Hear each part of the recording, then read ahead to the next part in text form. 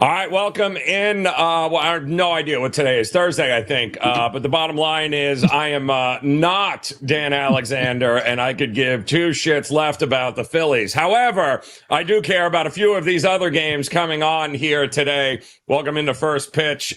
We are graced by the presence of two of the best over at WagerTalk with Tokyo Brandon and Adam Trigger, Mr. Diamond himself here. And gentlemen, short card here today. A lot of early games kicking off 1 o'clock this afternoon. We got a couple with Houston, Cincinnati. It looks like Minnesota and Tampa. And then we got a couple of games late that'll correspond with Detroit and the Padres. Looks to be the late game. And, oh, yeah, did we mention football's on tonight, too, as well? But that's a totally different show. TB in the house. Let's kick it off here, my man. You want to go to that late game with Detroit and the Padres. Mize against Perez, the lefty I'm seeing. 8.5 as a total. 160 I am seeing for the Padres. How you breaking this one down?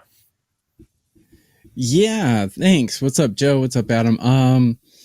So, yeah, we got the Tigers going against the Padres here. Padres are on quite a roll. They're chasing the Dodgers for first place in the NL West. And I don't really have a play in this game, but it's kind of like a warning to people. Casey Mize, not a great pitcher.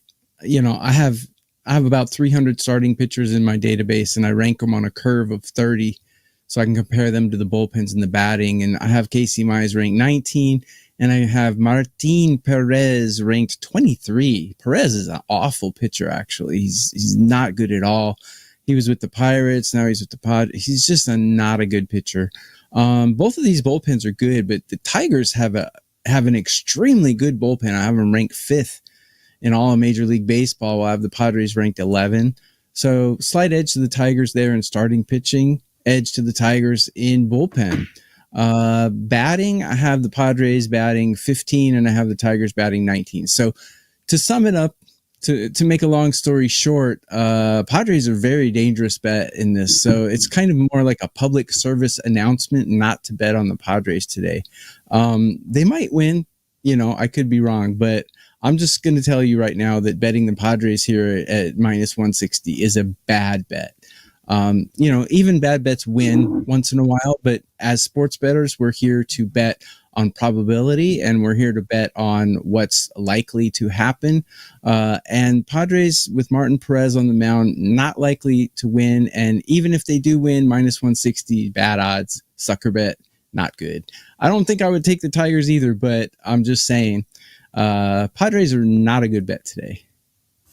All right, so you're definitely not buying the Padres in this spot here tonight. That is the late game for TB, and a big shout out to the chat rooms joining us here today on this Thursday. Joe Ranieri stepping in for Dan Alexander. He is not at a Phillies game. He is the complete opposite of a Phillies game right now. He is somewhere roaming around in Nome, Alaska. I'll have him tell you the story when he gets back. In the meantime, Adam Trigger's in the house, and Adam Trigger is ready to go. Trig feels like waiting for no game. So the earliest game as humanly possible, Trig wants to get down on, and that would be the Twins and Rays, which feel like they've been playing for a month now, Trig. So what do we do? That Twins lineup is in bad shape here right now. Everybody seems to be hurt. So what do we get in this fourth game of this series? Yeah, the Twins, man, I had them yesterday, and the fourth inning was a total disaster. 2 errors. Really, there was probably 4 plays not made. It was just disappointing for me because I've been on the Twins in this series, so I cashed with them on Monday night. I did not play them on Tuesday. I actually used the Rays as the best bet on First Pitch on Tuesday. But everything played out for me to get my spot with the Twins yesterday. Knew they were going to come in with Lewis Varland, who was good first time through the order. And then at first and third, he throws a ball into right field in a 3-2 count instead of trying to get the batter out, which, again, is this just me complaining a little bit? But it was just an inning that didn't need to happen. And it's where the Rays did all their damage yesterday, basically. I think the Rays maybe added 1 more run after that fourth inning that completely blew up the game. It was kind of like tough to watch. I thought the Twins were going to dominate this series, Joe. Now they need to win the split. So it is the way I'm looking for the sake of this handicap. But, I thought, one thing, I thought the saving grace from the way that game played out yesterday was that I would get a playable number here to come back with the Twins. But that doesn't really seem to be the case with having to lay minus 140 on the road.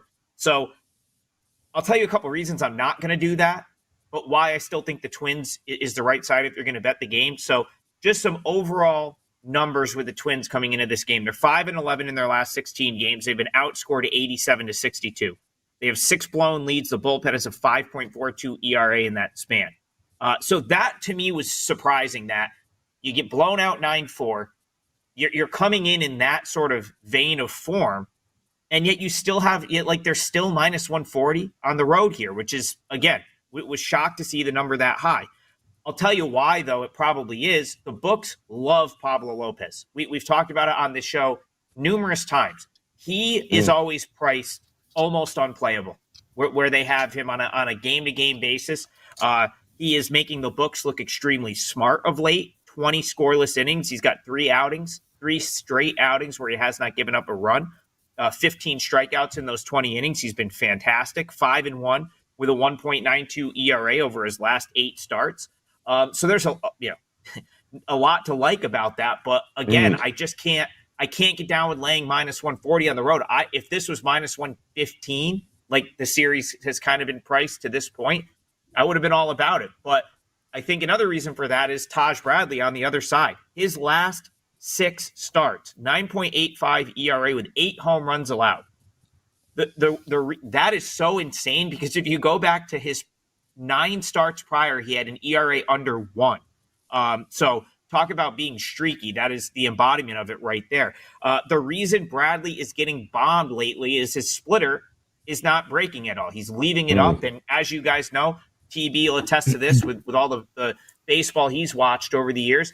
If a splitter or a sinker guy is not getting the downward break on his pitches, it's basically a batting practice fastball. And major league hitters can absolutely crush that. So I guess the best way to bet this game might be to, maybe try to watch the first inning.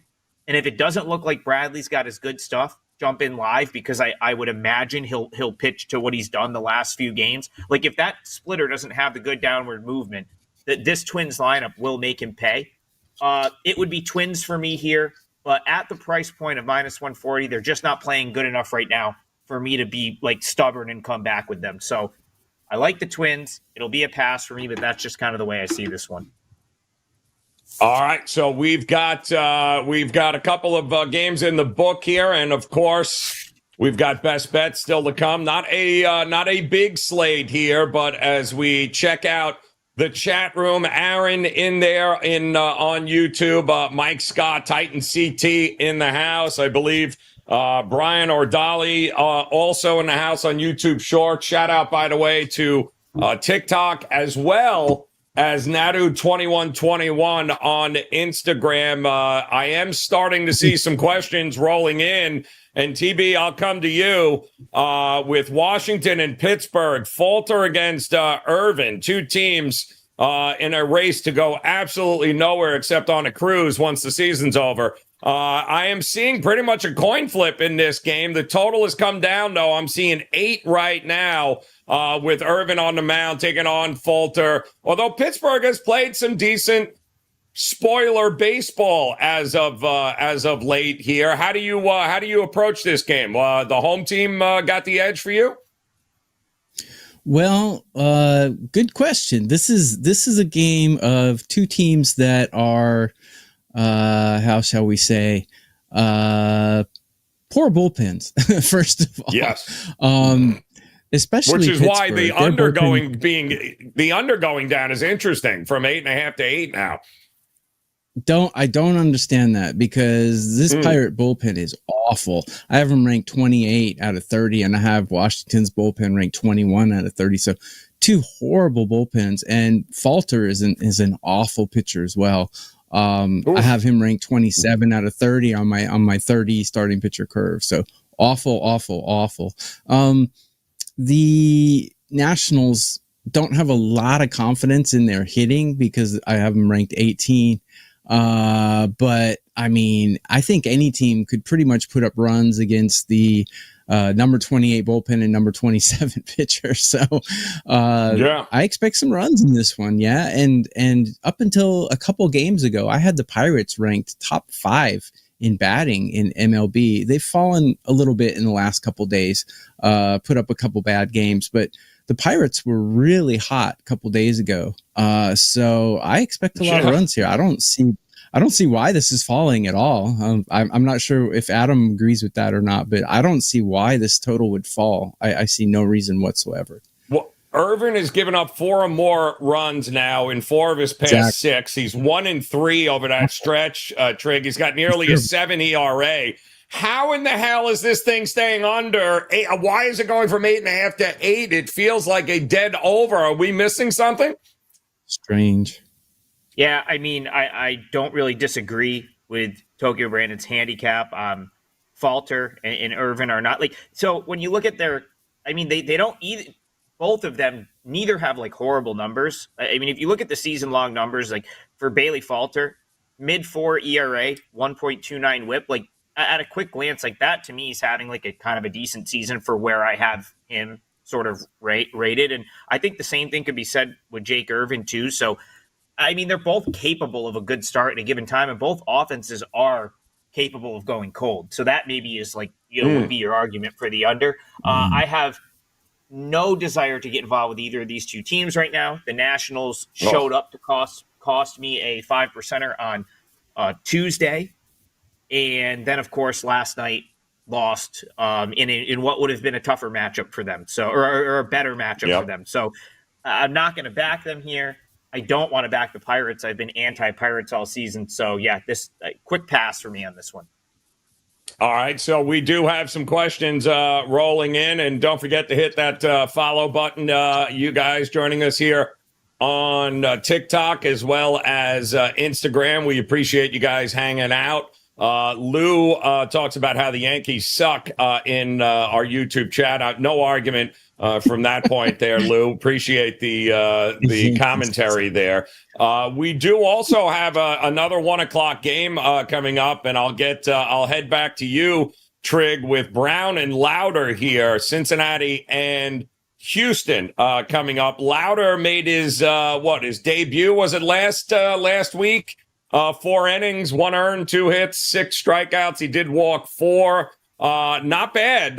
There, a lot of fanfare with this kid when he came up, Trig. In fact, I think on this show you had mentioned about this kid in the minor leagues and them bringing him up. What do you think here? I mean, when you give up 9 runs, if you're Arrighetti last night in the bottom of the first, it's kind of hard to recover from that against Cincinnati. It feels like an over, or are you thinking under or a side in this one? I don't want this show to turn into like me just complaining, but that's, you keep hitting on the games that like, I'm on Lauder last week in the second leg of a doubleheader. They call him up to make his major league debut. Yes, he's been fantastic at the minor league level. Numbers at AA were insane. Remember, this kid was at Wake Forest last year, right? He's only been in the minors for 1 year, flew through the ranks, was good in his couple AAA outings, and really, like, he wasn't even bad in his debut. It's just the Reds kind of unraveled at the end. They didn't score at all for him. So I kind of had this circled to come back with him here. And then what do the Reds do? They go out and win 3 straight games. I used them on Monday as the best bet for the show. Should have added it to my client card. They won that game. They blow up Arrighetti last night. So it's like, am I going to jump in now with the Reds to avoid, to sweep? And more importantly, am I going to fade Hunter Brown to not get swept? I guess is the better way to put it. I want to point out something like someone in the comments of the show last week, like I may have misspoke, or it might have been TB that talked about him. Like, I don't think either of us implied that Hunter Brown is a bad pitcher by any means. In fact, he's been one of the best pitchers in the game this year. But I do want to clarify, because I think I said that when I was talking about it, and I think you maybe agreed with me, Brandon, I just didn't think he could get any better. Like, that's kind of the way I was looking at it. The guy he's got a 1.96 ERA in his last 15 starts. Since June 8th, he has 10 wins, and his 1.96 ERA are the best in the American League. So for me, and really more or less based on the eye test, like, I do think he probably has a dud coming. Do I want to, put my money up against it and find out that way? I don't know. But I'm just saying, like, I think that where he's priced, and I'm going to look at the odds screen right here, being a minus 155 road favorite. The way I would look at it, Reds plus 1.5, minus 125 is the way I would bet it. I do think there's some value on the Reds, especially with Lauder, because, I mean, it's going to be a second start. He's got fantastic stuff. The Astros have never seen him. And I thought that other than some command, maybe trying to be too cute early on in that game last week, I thought he was pretty good. So I like the Reds plus 1.5. I did dig up one interesting stat here for this one, Joe. The Reds are 8-0 against the Astros since the beginning of 2019. 8 straight wins for the Reds against this Astros team, dating back to 2019. If you're going to bet this game, I don't know how you pass up the run cushion at this price. Reds plus 1.5, minus 120, minus 125. That seems like some value there. So I'd be beyond the Reds again. Hey, bro, we ain't fixing it there. TB, you in agreement with him on this game? Actually, no, I'm not. Lauder, he's right. Lauder does have good stuff, but he's got a 1.50 whip. Granted, he's only one start, but I have both of these teams hitting.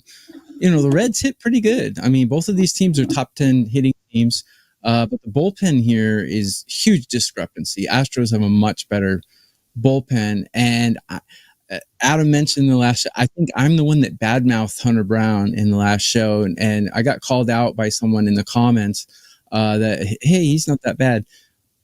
Actually, I stand corrected, because when you look at his last 5 starts, he's given up 1, 0, 0, 1, 2. He's had 5 great starts in a row. And if I was going to go anywhere in this, I would go. I don't trust Hunter Brown, but if I was to go anywhere in this one, it would be with the Astros. I can't take the Reds with that bullpen. It's so bad, but they are good hitting. They are a good hitting team. So minus 160 is a little tough to swallow, but an old trick for a veteran sports bettor, you can always take a -1, a no risk -1. -1 means if they win by 1, it's a push instead of a loss, which is what you would do on the run line. You can shave off about 30 cents. Yeah, you can get a -1 for about -130. So that's where I would go in this one. All right, like the approach there. Don't forget, hit that like button there if you're joining us. We certainly appreciate it. Apparently, Michelle in the chat room is going through Dan withdrawals right now. Don't worry about Michelle. He will be back, I promise, on Monday. You'll be graced with Steve Merrill, I believe, RR1L tomorrow. But yes, and I do think Boss 429 brings up a good point. Why is Dan in Alaska? Because he heard gold is now $2,500 an ounce, and he brought his shovel to Alaska with him. So he's got a pickaxe and a shovel, and he is them looking for gold in them mountains over there in Alaska. But in honor of Dan, we got to break down the Phillies and Marlins, don't we, here? Because we've got Suarez on the mound for Philadelphia, Aller on the mound for Miami, and I think it's a pretty well-known fact here, TB. You don't the starting left-handed pitchers against the Marlins, probably a good idea to back them in some way, shape, or form, because the Marlins can't hit righties either, but they really can't hit lefties, at least from a starting pitching perspective. Any which way you'd approach this, even though it's a $2 favorite, total is 8 right now? I definitely would not take the Phillies in today's game, and I mean, I hear what you're saying about their left-handed hitting problems and the like. If you look at Ranger Suarez and his history against this Miami Marlins team, he has held them down quite well. In 27 at bats, he's got a 185 average against and a 399 OPS. So yes, he has held them, but actually, I have the Marlins lineup hitting better than the Phillies right now, and I have their bullpen ranked higher. So that's two red flags right there where I definitely would not be on the Phillies in this one. Aller's not a huge sample size, but I mean, he's 1-1 with a 3.31 ERA, so he's not a horrible pitcher. I don't really know much about him, to be honest, so I would stay away from this game. I definitely would not take the Phillies on the run line or on the money line in this one. All right, the team total. How would you approach it at all? I mean, this record against lefty starters is hilariously bad here. I mean, maybe even a first 5 spot.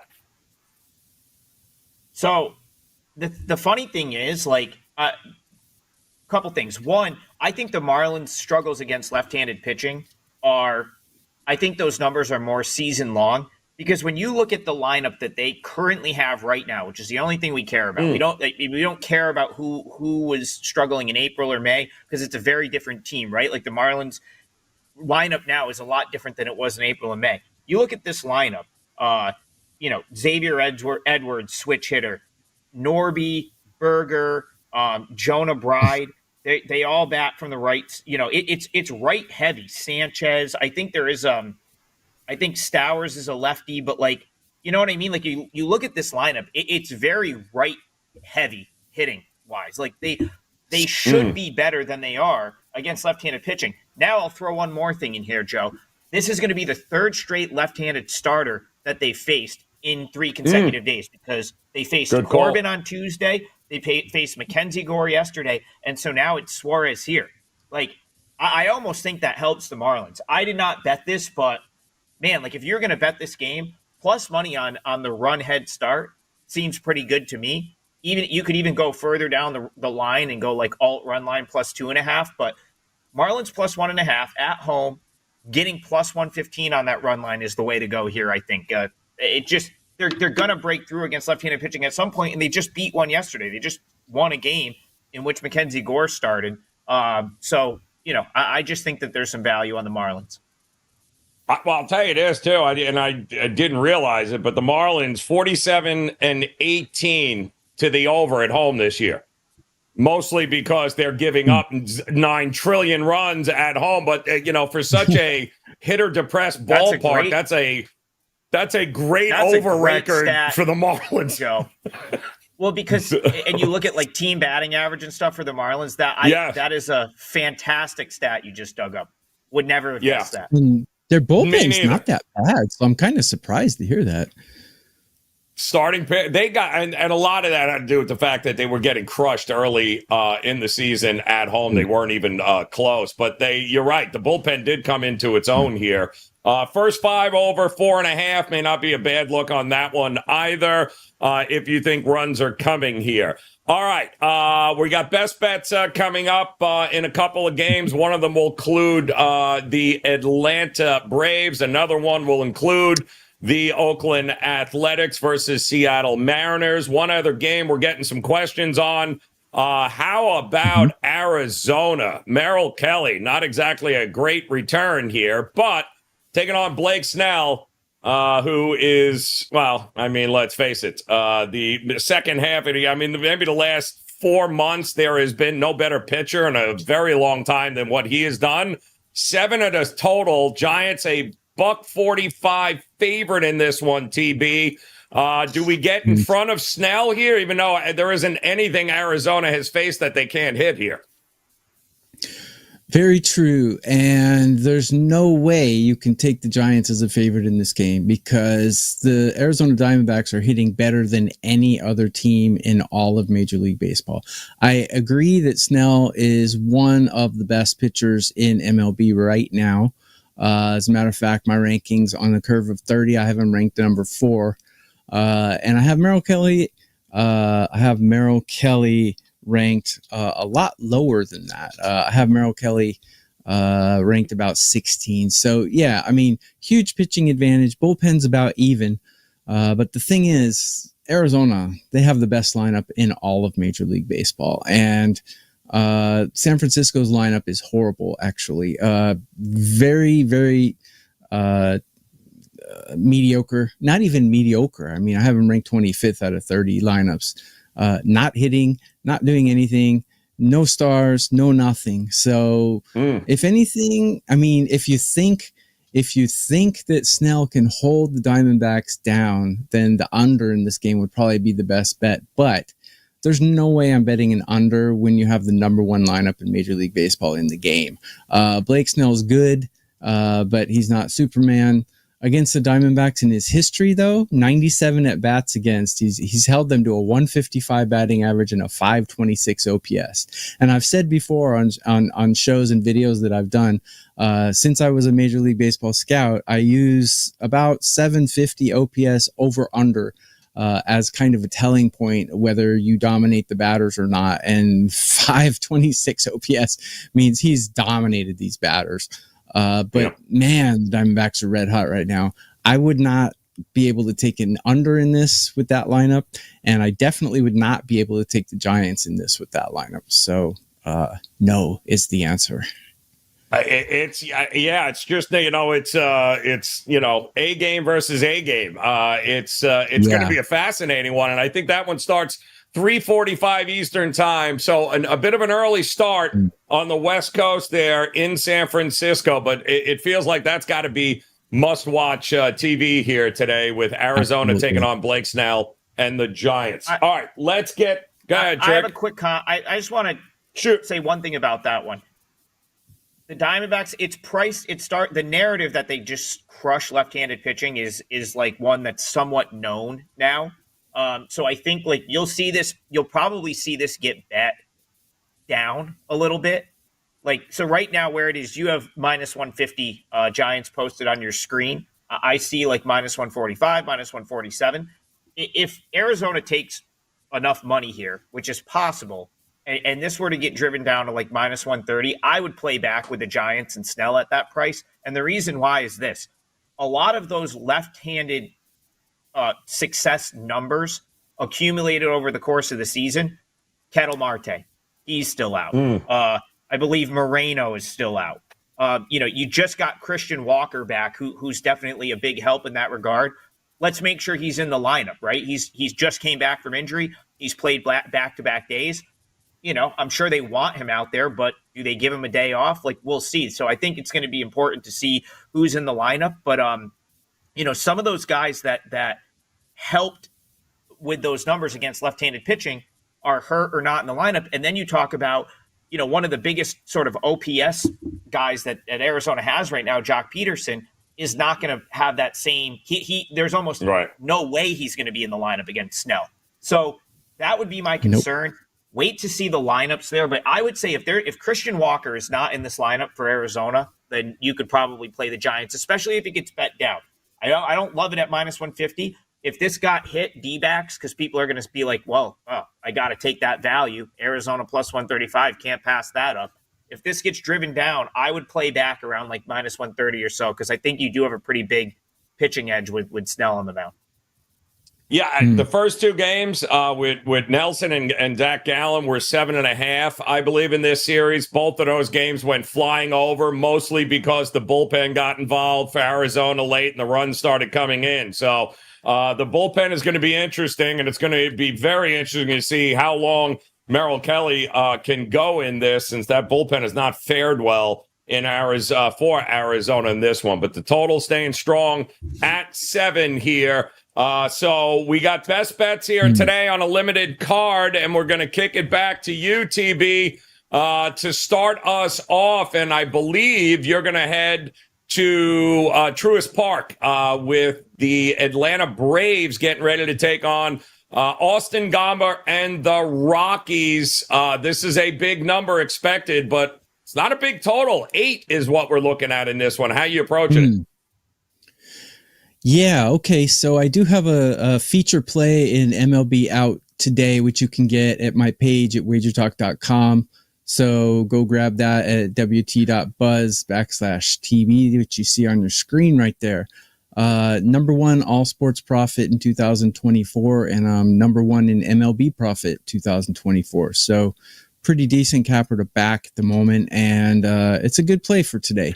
But I do have a free play for this show, which I'm going to do right now. And as Joe alluded to, it is in the Rockies and Braves game. We got Reynaldo Lopez taking on Austin Gomber. And there are probably only two pitchers that I can think of that are worse than Austin Gomber. He's awful. And he's backed by a bullpen that's ranked 22 out of 30 teams. So Colorado's bullpen, terrible. Colorado's starting pitcher, terrible. And if you look at Colorado on the road, I don't have the White Sox road record in front of me, but I'm willing to bet, without looking at the White Sox road record, that the Rockies are worse on the road than the White Sox. They're 19-52 on the road. Awful. And, the Braves are 38-28 at home. Not award-winning record, but it's good. Anytime you're 10 games above 500 at home, it's a good record. And I like Reynaldo Lopez. I mean, he gets a lot of slack since he was with the White Sox, etc. I have him ranked 7 out of 30 on the curve, and he's backed by a really good bullpen. Granted, Atlanta has taken a lot of injuries here, not only in their starting rotation, but in their hitting. Arcia, Acuna, Olsen, a lot of injuries, and I have them hitting quite poorly right now. I got them ranked 21, so they're starting to show some life. I thought they were pretty much out of it. I thought they were going to fade away after losing all those players, but they're showing some life in the last 3 or 4 games. They're putting up runs, and I'm kind of surprised by it. But I don't think Colorado's a team that can stop this Atlanta team, especially with Lopez on the mound. I really like Reynaldo Lopez, and I think the -1.5 here is a good bet. So that's my best bet for the show here is Atlanta Braves -1.5 on the run line. It's -130, kind of an expensive run line for a home team, since as everybody knows, if the home team's winning, which Atlanta most certainly should be winning, won't bat in the 9th inning. So they only get 8 innings of at-bats. So a run line is quite dangerous with the home team, but I like it here. Gomber's just awful. Colorado is such a horrible road team. I don't see Atlanta losing this game. I see them winning by at least 3 or 4 runs in this. So best bet is Atlanta -1.5. I'm with you, man. I mean, Lopez, even prior to the little stint on the IL there at the end of July there, he was the steady force here for a rotation that was just going injury after injury. And then he comes back in August. His last 3 starts, he's given up 1 run. But even that, I don't know what his K-prop is, but he's got 23 strikeouts, I think, in his last 3 starts here in 17 innings.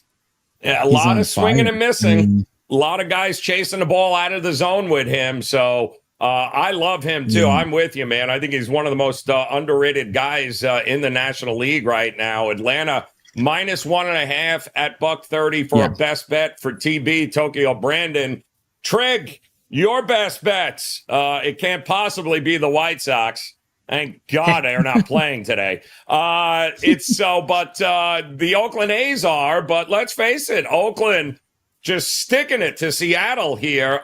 Seattle, Brian Woo going here. Estes for the A's. What are we doing? 3:30 Eastern time start here. What are we going to do with this one, Trig? Yeah, so I've kind of talked about the A's regularly on this show over the past couple weeks. We've had success backing them pretty much. I think just about every time I've brought them up, they've won either one outright or covered the +1.5. I like them again here, Joe, off the reset of sorts. So the reset came in the form of a 16-run outburst from the Mariners, the most runs they've scored in a game in 8 years. Kind of funny that I've been trashing the Mariners offense for 2 weeks, and they come out with their highest run total in almost a decade. But, are they going to do that again? Probably not. And it allowed the A's to reset their bullpen, which is one of the strengths, those high leverage bullpen arms, Mason Miller, Grant Holman, get a day off. So, so that's good as far as you're looking at the A's. I want to point something out here. Brian Woo has absolutely owned the A's. In 4 starts against the A's, he's 3-0 with 21.1 scoreless innings. I guess the way I'm looking at it is this. It can't possibly get better than that for Woo against this team, right? Like, what's he going to throw another 6-7 scoreless? Like, you just don't see that against the same team, especially against a team in your division To get nothing off of a guy they've started to see a couple times just doesn't typically happen. Even with the best of the best, even go look at like Max Scherzer in his prime against the Marlins. Like they're still going to get something, right? Like it's just you get enough repetition against a pitcher, going to give up something at some point. The reason I think it could be here is this: one, Brian Wu got knocked around a little bit last time out against the Angels. The 4 runs, believe it or not, were the most he's given up in a start all season. And I look at his season-long numbers, and I think a couple things. They're phenomenal, so there's that. But I think he was helped along early by the fact that he was on a pitch count, and he typically wasn't going a third time through the order. Sometimes not even a second time through the order. This is a guy that has had a multitude of different injuries this year. I wonder if that starts to catch up with him now that we're in September. Remember, his season didn't start. I think his first start was like a month in, and then he tweaked a hamstring. He left another game. I think he got hit with a comeback or something. The guy's had three different injuries this year that he's missed time with. So his numbers are phenomenal, but he's only at 94. I believe he's at 94 innings for the season. And I think, but it's not like he hasn't had to work, right? Rehabbing injuries is tough work. And I wouldn't be surprised if last time out against the Angels is maybe the tip of the iceberg on some fatigue that we see with him, which would make him a good fade because right now he's priced at the very top of the market as far as starting pitching is concerned. He's still on the Mariners. This team still can't hit. I don't care that they scored 16 runs in a blowout yesterday. Prior to that game, they were hitting under 200 as a team on the road for about 15 straight games. So I wouldn't be surprised if they reverted back to their old ways here, Joe, of not hitting. And, Joey Estes is a guy that's grown on me a little bit. I got to be honest. He wasn't someone that jumped off the screen at the AAA level. I didn't think he was going to have this type of success at the big league level, but, he's starting to build up a sample size. Last 9 starts, he's got a 2.88 ERA. He's been just as good against the Mariners as Wu has been against the A's. 2 starts this season, 0.79 ERA. I believe that's 1 run over 11 and a third innings. And he knows how to pitch. That's the biggest takeaway I see when I watch Estes pitch. He makes competitive pitches in big spots and he stays in the game. And that's something that if you're on the A's and you've got this A's team and you can turn the ball over to Holman and Miller at the end of the game, that's a good thing right there, and I think that's what Estes brings to the table for them. And then finally, someone's going to break through against Wu. You've got Lawrence Butler, Brett Rooker. These dudes over the last 10 days are both hitting over 400. They hit the ball out of the ballpark at a rate that's 5th in the bigs right now in home runs. I think they're going to break through Brian Wu finally here, and I think it'll be enough for them to hold this up. So A's plus 1.5, minus 130, I think is a good bet. You take the run, but if you want to live dangerously, I suppose, that money line looks good too. For argument's sake, A's plus 1.5, minus 130, minus 135 will be my best bet for the show. All right, take it at home. Yeah, the chance of the bottom 4 hitters, I believe, 5, 6, 7, 8, 9, they had 13 RBIs for the Mariners last night and went 10 for 17. I do not think that is going to happen again. I am with you there, Trig. Quite the anomaly. But the bottom line is you have an opportunity to hop on board here. Best bets are available. You heard Tokyo Brandon tell you at his page, WagerTalk.com. Hop on board with him. Of course, Trig as well, ready to go, locked and loaded today. Nobody does baseball like these two guys over at WagerTalk.com, so make sure that you head over there and partner up with them as we get ready for the final stretch of the regular season in MLB. And, of course, we got plenty of NFL and college football still to talk about. Coming up, top of the hour, Wager Talk today will be front and center, plus the return of the college football kickoff show at 1 o'clock Eastern time here today. Both of those shows will be live, so if you're joining us on TikTok or Instagram or YouTube Shorts or X or Facebook or whatever the hell else there is, you might as well stick around because we'll be back here in no time. Plenty of more Major League Baseball, NFL, and college football talk coming your way. Dan Alexander will be back on Monday, unless, of course, he hits gold in Nome, Alaska, at which point, Dan, it was great knowing you. Let us know when you buy the Phillies. Until then, guys, best of luck with your plays here today. We'll be back again tomorrow. Good luck. Cash those tickets. We'll see you again soon.